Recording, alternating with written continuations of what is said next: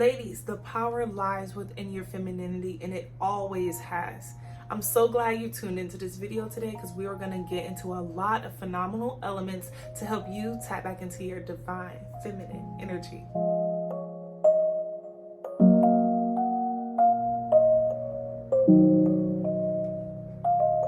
What's going on, ladies? It's your girl Sage Monroe, and today we are about to touch base on something very important, not just to your growth, but to your connection with your inner deep divine self, with your most authentic self, ladies. Connecting with your femininity is you connecting with who you are as a woman, with your natural instincts, with your nurturing nature. Even if you have masculinity or you feel like masculinity is a dominant thing for you as a woman, there is still femininity in you, and having that balance is imperative. So let's get right into touching the bases on what are certain things that you can do in your life to get in touch with that feminine energy that you have within you. Little backstory. So at the top of 2022, I had about 2 friends, and one was long distance. So I was finding myself in an odd place, being an introvert, but kind of an extrovert at the same time. I'm a good little mixture. But I found myself at a dilemma because I'm like, I want more female friends. You know, I love my relationship, but I don't want to be tied up in it all the time. I want to have my own identity. I want to have my own life. I want to have my own friends. So finding female friends was very important to me. So this is going to be our first thing that we get into. Having female friends is going to be imperative to you tapping into your own feminine energy.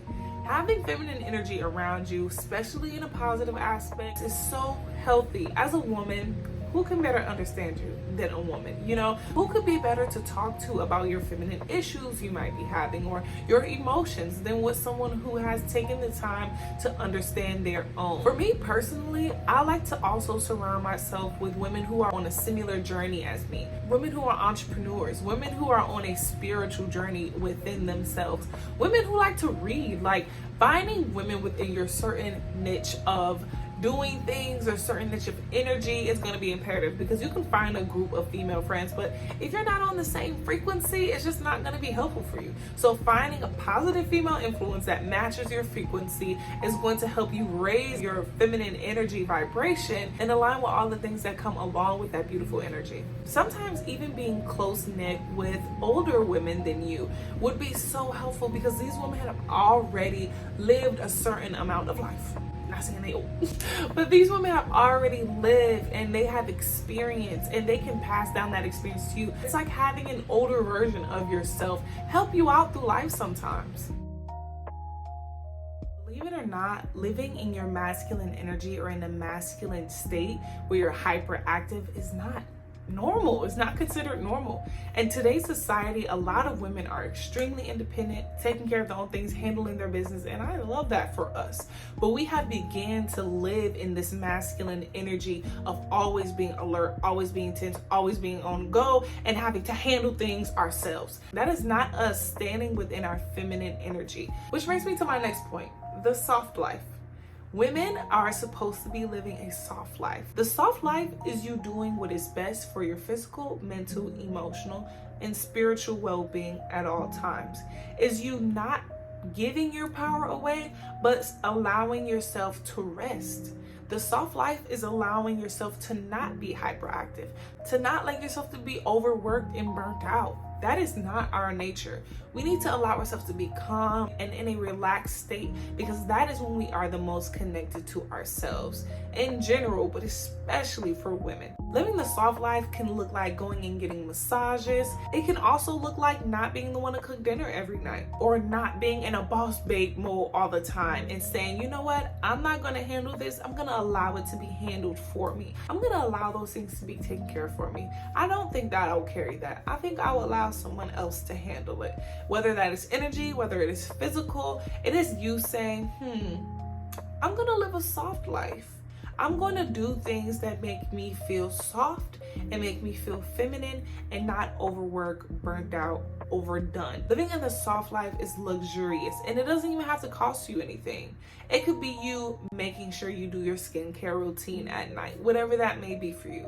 It could be taking a bubble bath instead of a shower. It could be you saying, hey babe, you go get the groceries, I'm not getting them this time.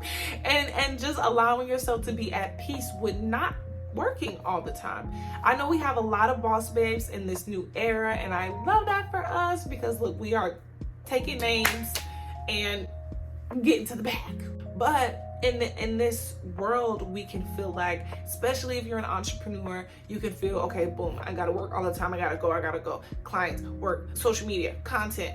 And you never have a moment where you're just like, I'm just gonna let go and let universe. I'm just gonna flow. I'm gonna allow myself to not feel overwhelmed, because as soon as we get into the state of overwhelmness, we're automatically off balance. And a lot of us live in that state because of worries of life, because expectations from society, because we're trying to find our way and trying to find ultimately our way back to our feminine energy. So allow yourself to be in a state of relaxation. Allow things to be handled for you. Allow it to be taken care of. Live a soft life.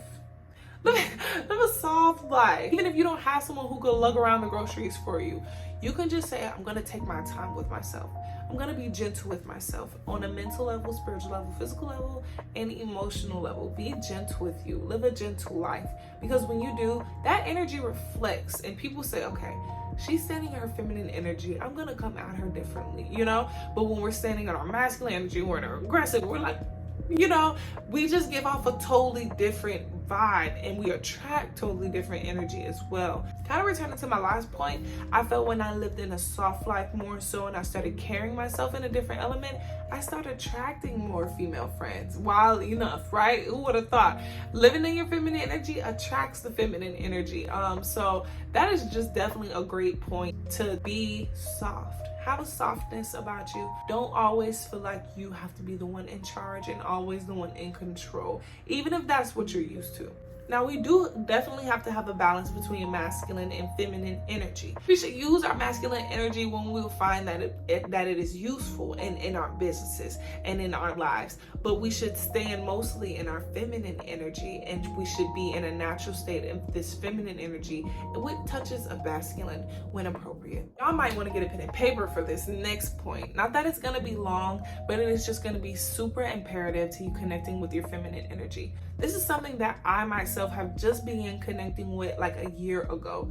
And I saw that nothing about this is really taught to us, you know, as women. If you're anything like me, at 23 years old, I really just started getting connected with my womb. I mean, I've been alive 23 years, and no one has ever taught me how much emotion we hold here, how much trauma is held here, and how much of our identity is held within our womb. This year, I started getting back connected with my womb, and I did an exercise, which I definitely advise you to try out, and it is to write a letter to your womb.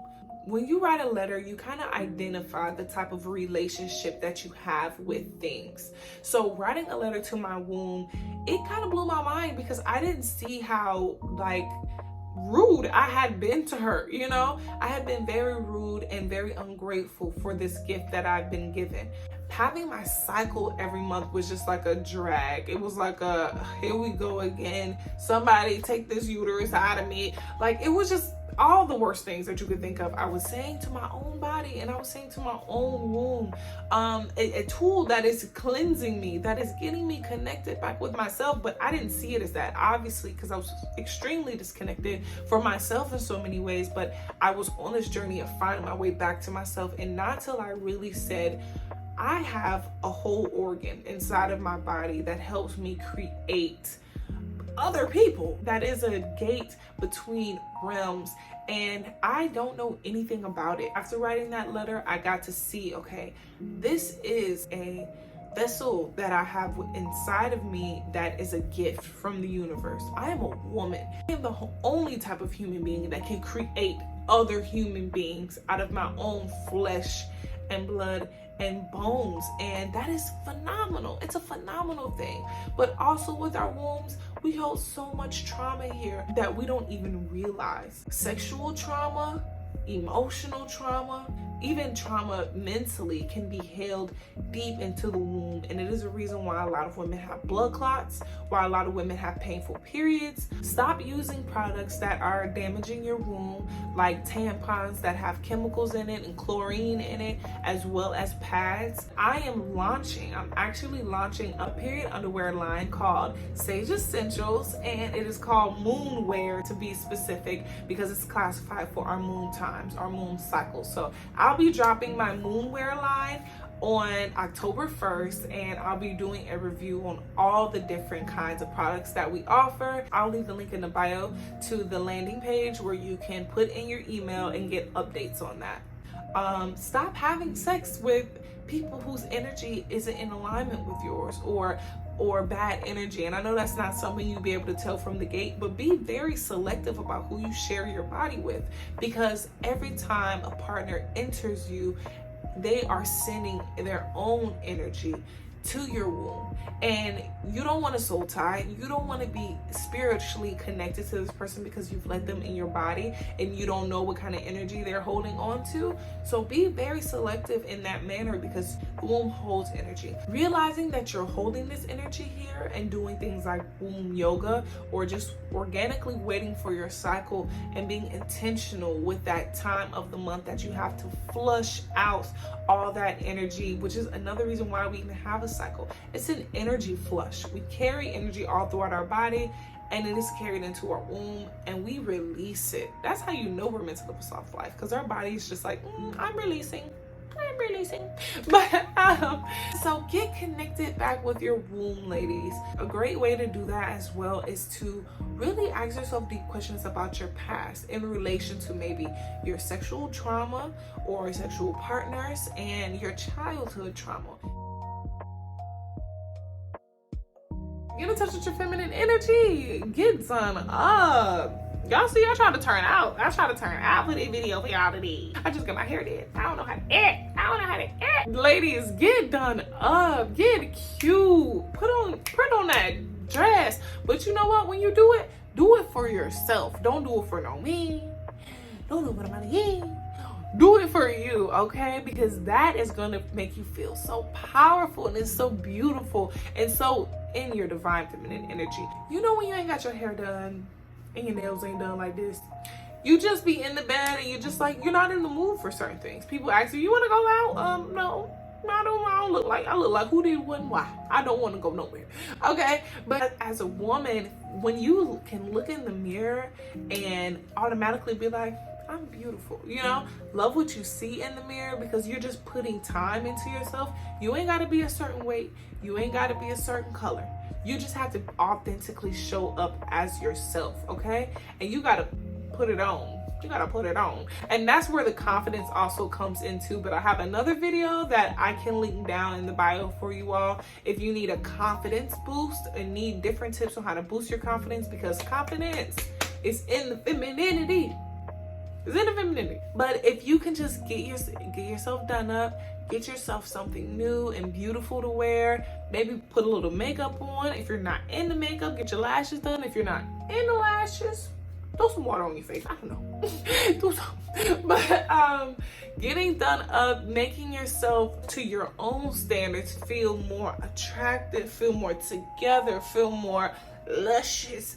That is going to be how you tap into your feminine energy as well. My motto is, when you look good, you feel good. So you want to get together to your own liking, to your own style. As long as you look in the mirror and you say, I tried my best.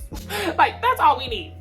That's all we need, okay? A part of the wardrobe when you're tapping into your feminine energy also entails you wearing more feminine clothing. Now, if that's not your style, look, by all means, joggers it is.